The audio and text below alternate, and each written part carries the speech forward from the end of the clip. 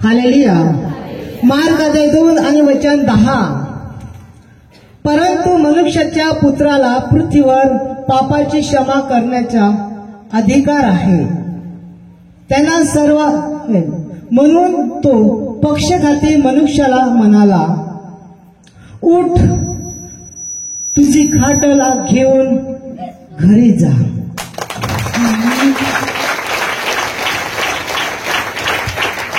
Hallelujah. परंतु मनुष्याच्या पुत्राला पृथ्वीवर पापाची क्षमा करण्याचा अधिकार आहे. म्हणून जो खाटल्यावर मनुष्य जो पडलेला होता त्याला येशू म्हणाला, उठ, तुझी बाळ उलट आणि घरी जा. आणि तात्काळ त्याला ताकद आली, बल आलं आणि उठला आणि तो त्याच्या बिछाना घेतला आणि घरी गेला. हे दाखवून दिलं, हे सिद्ध केलं की येशूला पापाची क्षमा करण्यासाठी अधिकार आहे. आज संत गुरु असतील त्याला अधिकार नाही आहे. येशूला अधिकार आहे. देवाने पूर्ण अधिकार त्याला दिलेला आहे. पिता परमेश्वराने त्याला अधिकार दिलेला आहे येशूला. पापाची क्षमा येशू करू शकतो. पापाची क्षमा येशू देऊ शकतो. याचे व्यतिरिक्त आपल्याला कोणी देऊ शकत नाही. कोणाकडे अधिकार नाही. अधिकार पिता परमेश्वरान प्रभू येशूला दिलेला आहे. आणि प्रभू येशू पिता परमेश्वर आहे. पिता परमेश्वरच प्रभू येशू आहे. पिता परमेश्वरान प्रभू येशूला अधिकार दिलेला आहे. या येशूद्वारे आपल्याला पापाची क्षमा होईल. पाप क्षमा. प्रिय भावानं बहिणीनो, आपल्याला कोणाच्या दारी पाप क्षमा भेटणार नाही. सगळ्या गोष्टी भेटतील पण पाप क्षमा भेटणार नाही. आणि जर पाप क्षमा भेटलीच नाही तर स्वर्गाच्या राज्यात प्रवेश नाही. पाप क्षमा हे फार महत्वाचं आहे. पाप क्षमा सगळ्यांनी मिळवणे गरजेचं आहे. पापाची क्षमा सगळ्यांना झाली पाहिजे. म्हणून कुठे भेटेल? जर येशूकडे गेलोच नाही तर आपल्याला पाप क्षमा भेटणार नाही. पापाची क्षमा मागण्यासाठीच घेण्यासाठीच आपल्याला येशूच्या दारी जायला लागतो. येशूच आपल्याला पापाची क्षमा देऊ शकतो.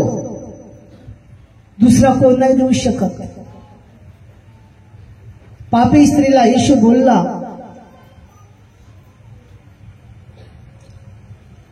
तुझी पापाची क्षमा झाली आहे. त्या पुरुष म्हणाला, त्याला राग आला.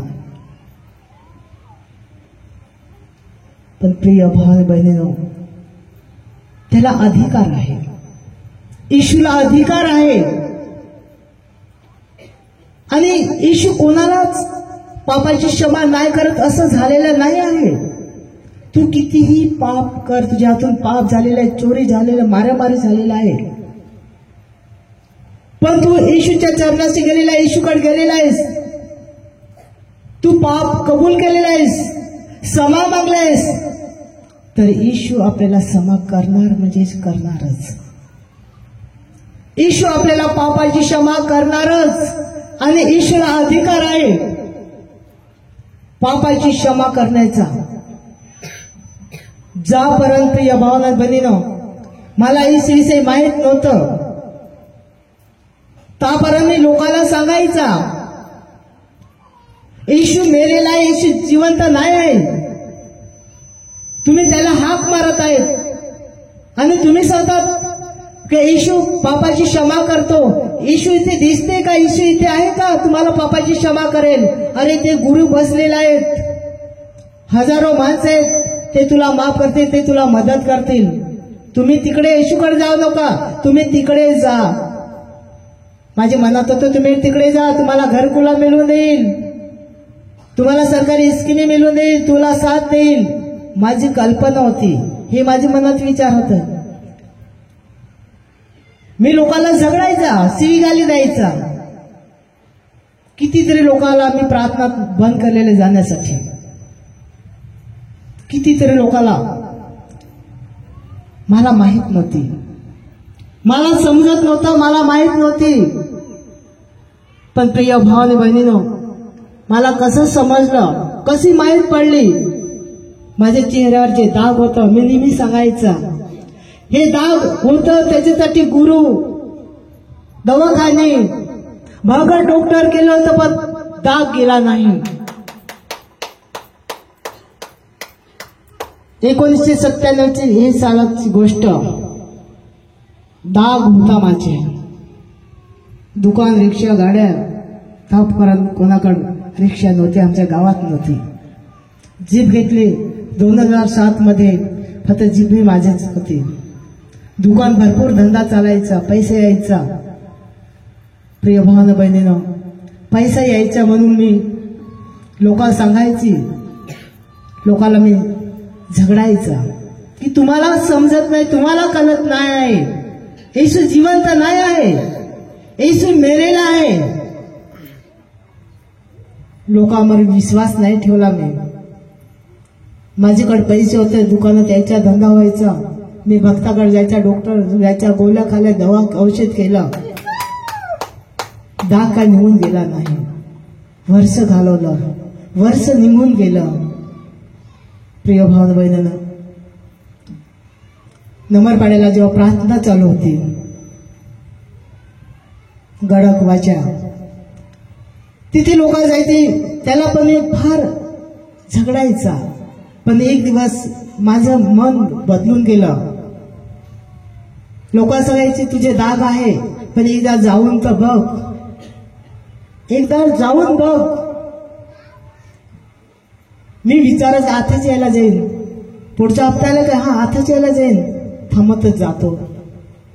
दास करायचा, जाऊ का. एक वेळा जसं तसं मी घाबरत गेलो, बसलो सभेमध्ये आणि लास्टला मी गडगाला बोललो की माझे दाग आहे, काय करायचं. तर बोलतो हे तेल लाव आणि येशूकडे प्रार्थना कर का देवा तू बरं कर. मी ते तेल घेऊन आलो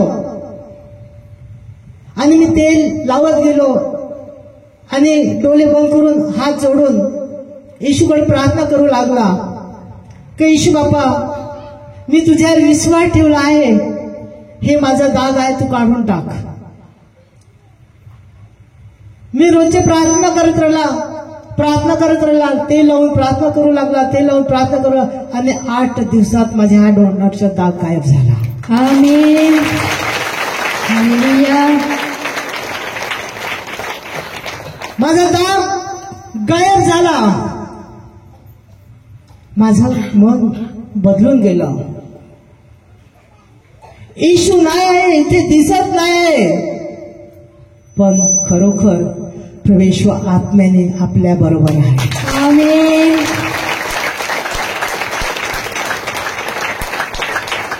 येशू रूपाने आपल्याला दिसत नाही, पण प्रभू येशू आत्म्याने आपल्या बरोबर आहे.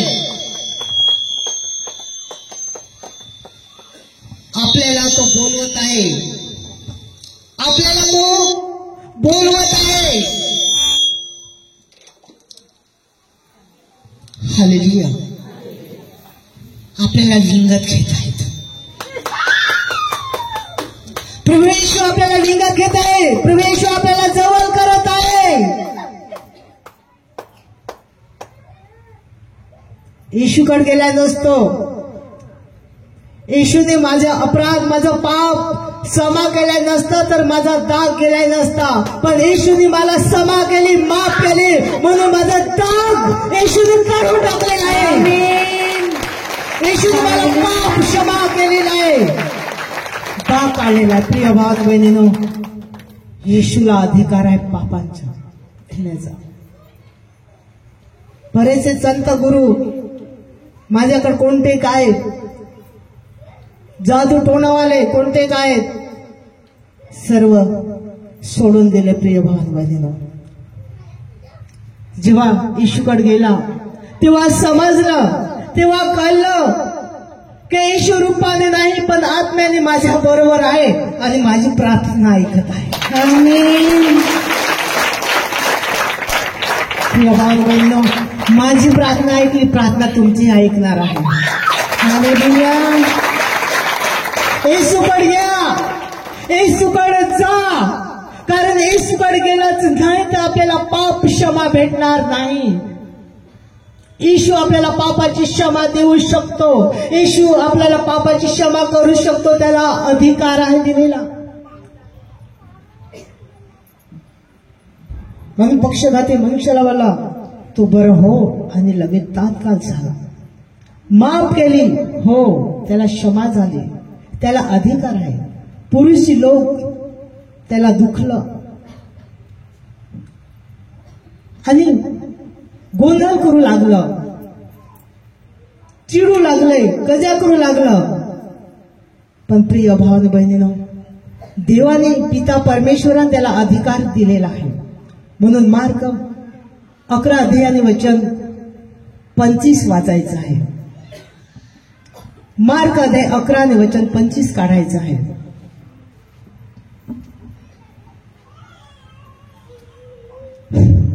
जेव्हा तुम्ही प्रार्थना करीत उभे राहता तेव्हा तुमच्या मनात जर कोणाच्या विरुद्ध काही असेल तर त्याची क्षमा करा, यासाठी की तुमच्या स्वर्गातील पित्याने तुमच्या पापांची क्षमा करावी. आमीन. हालेलुया. जेव्हा तुम्ही प्रार्थना करत जेव्हा उभे असतात तेव्हा कोणाच्या विरुद्ध राग असेल तर तुम्ही त्याला क्षमा करा. मग प्रार्थना करण्यास तुम्ही उभे असतात, डोळे बंद करतात, तेव्हा कोणाच्या विरुद्ध तुमचा राग असेल तर त्याला क्षमा करा, माफ करा. का माफ करायचंय, का क्षमा करायचंय? की सर्व पित्याने येशूने आपल्याला क्षमा करावं आणि क्षमा द्यावी. जर आपण क्षमा केलीच नाही तर परमेश्वर प्रभू येशू आपल्याला क्षमा करणार नाही, आपली क्षमा देणार नाही.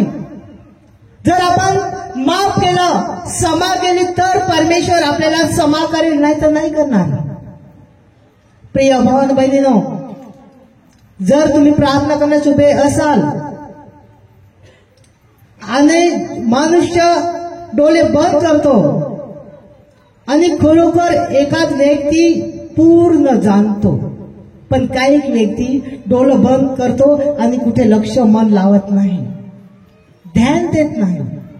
पण काही व्यक्ती पूर्ण ध्यान देतो, मन लावतो, तेव्हा समजून येते, कळून येते की मी एक व्यक्तीला, माझ्या भावाला या बहिणीला किंवा मित्र मी झगडा केलेला आहे, झगडलेला आहे.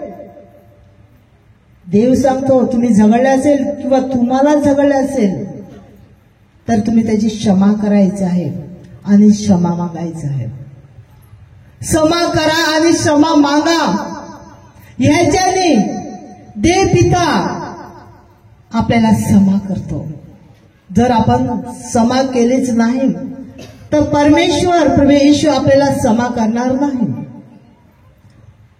जर आपल्याला क्षमा केलीच नाही तर आपण त्याचे चरणाशी नाही जाऊ शकत, देवाच्या राज्यात नाही पोचू शकत.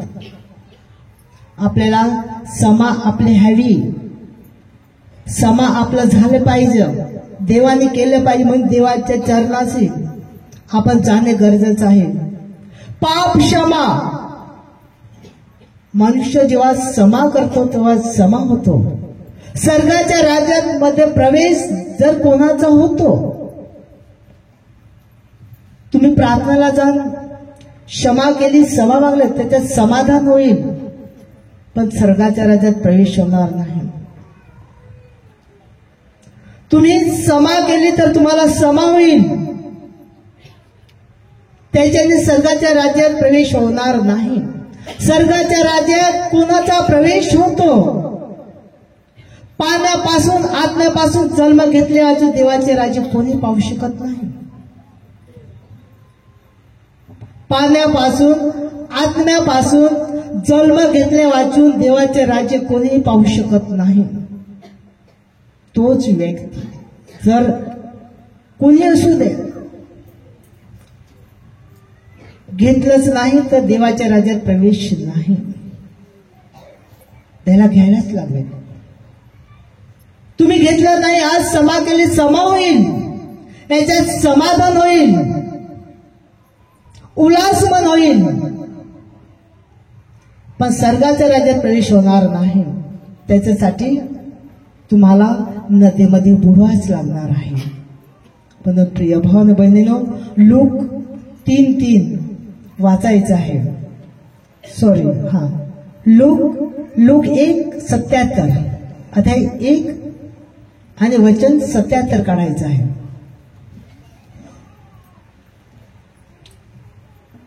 लूक अध्याय वचन 77. यासाठी की त्यांच्या लोकास त्यांच्या पापाच्या समेने तारणाचा अनुभव द्यावा. यासाठी की लोकांस तारणाचा अनुभव द्यावा. लोकांस तारणाचा अनुभव. आता लोकाला अनुभव कसा येईल? त्याच्या तारणाचा अनुभव कसा येईल? त्याच्या दारी जे तारण झालेले आहे बघून येईल. येशूद्वारे लोकांचा तारण झालेला आहे. त्यांनी पाप क्षमा केलेला आहे, हे सिद्ध आहे, हे दिसत आहे. ज्यांनी क्षमा केलेला आहे, ज्याची क्षमा झालेला आहे, आज ते साक्षीदार आहेत. प्रिय भावात बहिणीनो, एक आंधळा भीक मागत होता आणि जेव्हा येशू जात आहे हे तेव्हा कळून आलं, तेव्हा तो हाक मारू लागला, दाविदाचा पुत्रा माझ्या दया कर. हाक मारवला तेव्हा त्याच्याबरोबर जी लोक जात होते, पुरुष होते, ते गप्प राहायला त्याला बोलत होते, गप्प राहील. पण ते गप्प राहायला नाही, हाक मारायला चालू असला. येशू थोडे जाऊन थांबला आणि मग त्यांनी विचारलं, मी तुझ्यासाठी काय करू? मला पुन्हा दृष्टी येऊ. त्याला दृष्टी त्या क्षणी दिल्या, पण त्याची पापाची क्षमा झाली. पाप क्षमा. बाईला जेव्हा पापी स्त्री जेव्हा जीवनावर बसलेलं तेव्हा तेलाची बॉटल घेऊन आली आणि त्याचे माथ्यावर टाकलं आणि केसाने पुसू लागले आणि पश्चाताप करायला लागले. तेव्हा त्या स्त्रीला येशूने त्याची पापाची क्षमा दिली. हे लोकाला कळलं, समजलं. कोणाला समजलं नाही. जो ईश्वर विश्वास ठेवत नाही, प्रिय भाव म्हणून त्याला ते समजलं नाही.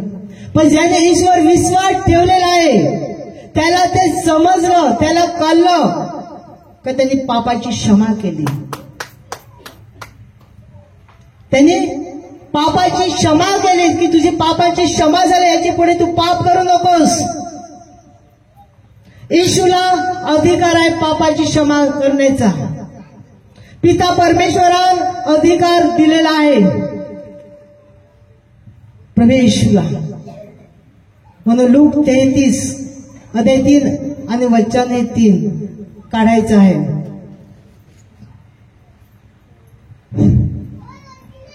तो यार्देनच्या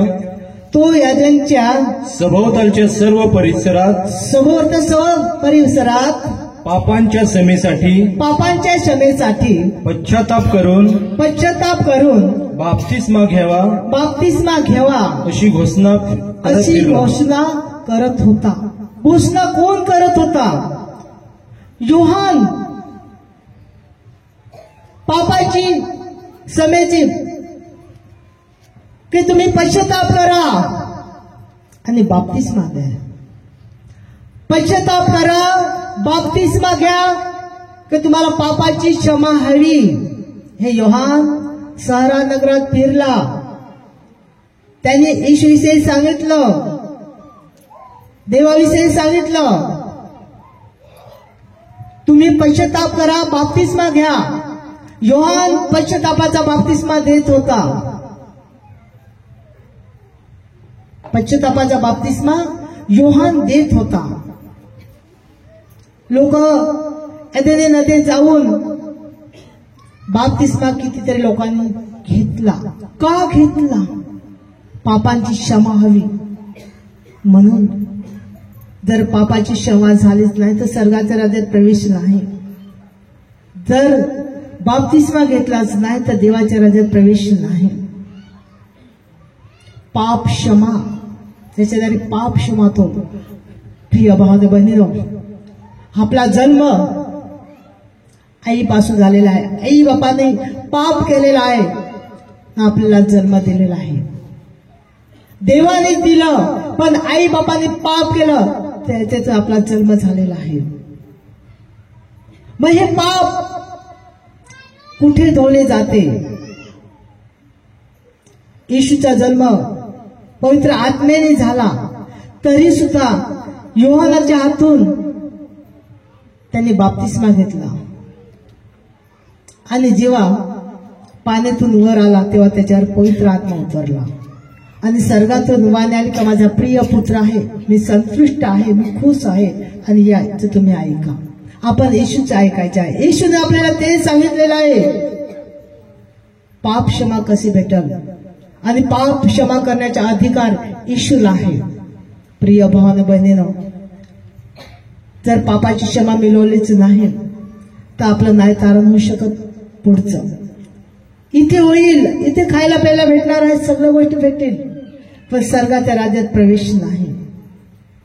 ज्याला पापाची क्षमा भेटलेली आहे तोच व्यक्ती स्वर्गाच्या राज्यात, त्याच व्यक्तीचा प्रवेश होणार आहे.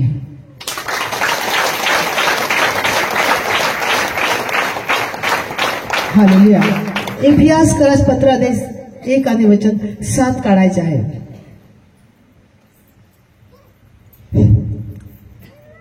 त्या प्रिय पुत्राच्या ठाई, त्या प्रिय पुत्राच्या ठाई रक्ताने खंडणी भरून आम्हास मुक्त करण्यात आले आहे. आम्हाला मुक्त करण्यात आलेला आहे. देवाच्या कृपेच्या विपुलतेने आम्हास आमच्या पापांची क्षमा मिळाली आहे. आम्हाला पापाची क्षमा मिळालेली आहे. विपुलपणे रक्ताने आपल्याला पापाची क्षमा मिळालेली आहे. त्यांनी खंड भरून दिलेला आहे. प्रिय भावना बहिणीनो, येशूने आपल्याकरता रक्त वाहिलेलं आहे. त्याच्या स्वतःच त्यांनी प्राण दिलेले आहे आपल्याकरता. त्यांनी खंड भरून दिलेला आहे. रक्त आपल्याकरता वाहिलेलं आहे.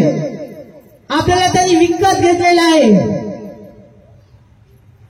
त्याच्याद्वारे आपल्याला पाप क्षमा भेटलेला आहे. येशूने रक्त वाहिलेलं आपल्याला, खंड त्यांनी भरून दिलेल्या. प्रिय भावांनो बहिणीनो, आज आपल्याला पापाची क्षमा त्याच्याद्वारे भेटलेली आहे. त्याला अधिकार आहे, त्याच्याद्वारे आपल्याला भेटलेला आहे. म्हणून प्रिय भावांनो बहिणीनो, आपल्याला येशूकडे जाणे फार महत्वाचं आहे. त्याचे चरणाचे जाणे फार महत्वाचं आहे. का जोपर्यंत आपल्याला क्षमा करत नाही तोपर्यंत आपल्याला तारण होत नाही. त्यांनी क्षमा केली, माफ केली म्हणजे आपलं तारण होऊ शकतो. पापाच्या क्षमेसाठी अधिकार पूर्ण त्याच्याकडेच आहे, बाकी दुसरा कोणी देऊ शकत नाही. मी बऱ्याच ठिकाणी फिरलेला आहे, बराचसा अनुभव मी घेतलेला आहे, पण कोणत्या ठिकाणी भेटणार नाही. येशू सोडून कोणत्याही ठिकाणी भेटणार आहे. आणि कोणाकडे अधिकारच नाही. किती गुरु असू दे, संत असू दे, कितीही मोठा गुरु असू दे, पण अधिकार कोणालाच नाही आहे. अधिकार एकालाच आहे, तो म्हणजे प्रभू येशूलाच आहे.